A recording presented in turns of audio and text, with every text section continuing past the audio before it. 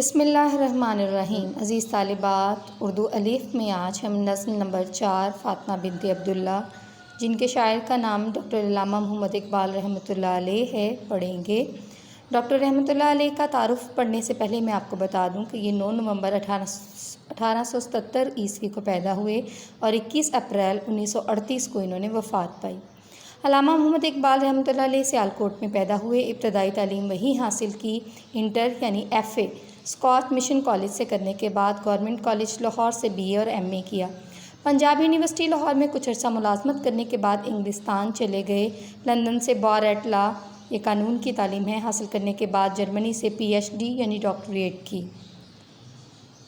واپس آ کر وکالت کرتے رہے۔ 1938 میں فوت ہوئے۔ لاہور میں بادشاہی مسجد کے قریب آسودہ خاک ہیں، یعنی وہاں پر دفن ہیں۔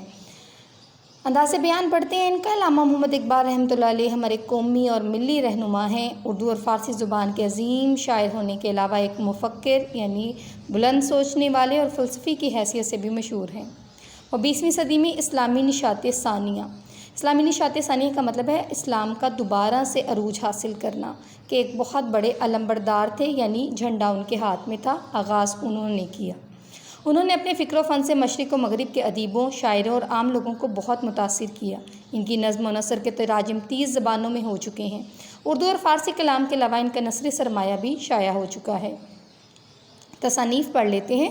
علامہ اقبال رحمۃ اللہ علیہ کی تصانیف میں علم الاقتصاد، مکاتیب اقبال، انوار اقبال، خطبات اقبال، فارسی شعری مجموعے اسرار و رموز، پیام مشرق، زبور عجم، جاوید نامہ، پس جابید کردے اقوام شرق اور اردو مجموعہ ہائے کلام میں بانگ درا، بال جبریل، ضرب کلیم اور ارمغان حجاز، اس میں فارسی کلام بھی شامل ہے، متعدد یعنی کئی مرتبہ شائع ہو چکے ہیں۔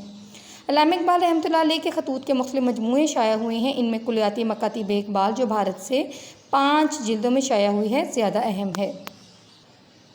عزیز طالبات، اب اپنی نظم کا آغاز کرتے ہیں۔ فاطمہ بنت عبداللہ، عرب لڑکی جو طرابلس کی جنگ میں غازیوں کو پانی پلاتی ہوئی شہید ہوئی۔ اس کا میں آپ کو کچھ پس منظر بتانا چاہتی ہوں کہ یہ نظم علامہ اقبال نے ایک عرب لڑکی فاطمہ بنت عبداللہ کو خراج تحسین پیش کرنے کے لیے 1912 میں لکھی۔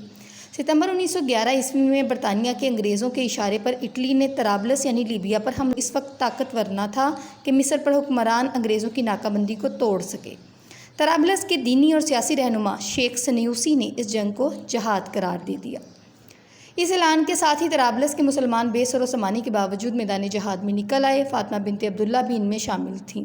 اس وقت فاطمہ کی عمر صرف 14 سال تھی۔ اس نے کمزور و ناتواں ہونے کے باوجود جہاد میں حصہ لیا اور زخمیوں کو پانی پلاتی ہوئی شہید ہوئی۔ آئیے پڑھتے ہیں پہلا شعر۔ فاطمہ تو آبروئے امت مرحوم ہے، ذرہ ذرہ تیری مشت خاک کا معصوم ہے۔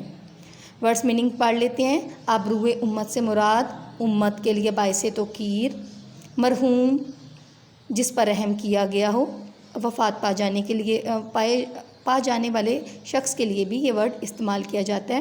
مشت خاک، مٹی کی مٹھی، معصوم، گناہوں سے پاک۔ شاعر کا نام لکھیں گے ڈاکٹر علامہ محمد اقبال، نظم کا نام لکھیں گے فاطمہ بنت عبداللہ، مفہوم بتائیں گے۔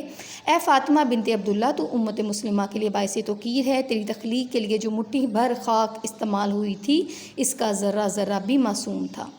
تشریح کی ہیڈنگ دیں گے اور پھر آپ نے ایک لائن میں انداز بیان بتانا ہوتا ہے شاعر کا کہ آسمان سخن کا تابندہ ستارہ، جسے زمانے نے اقبال رحمۃ اللہ علیہ کا نام دیا، جو بذات خود اردو شاعری کے لیے باعث اقبال ثابت ہوا، اپنی معروف نظم نے جنگ طرابلس میں شریک ایک ننھی مجاہدہ کو خراج تحسین پیش کر رہے ہیں۔ انہی 2 لائنز کے ذریعے آپ اپنے اس نظم کے کسی بھی شعر کا آغاز کر سکتے ہیں۔ علامہ اقبال شعر کے پہلے مصرع میں کہتے ہیں کہ اے فاطمہ بنت عبداللہ، تیری ذات امت مسلمہ کے لیے باعث توقیر ٹھہر چکی ہے۔ تیرے لیے نسبت کمال کی ہے کہ تو مدینے کے تاجدار کی بیٹی کی ہم نام بھی ہے۔ یہی وجہ ہے کہ اللہ تعالیٰ نے تجھے امت مرحومہ کی محافظ کے طور پر چن لیا ہے۔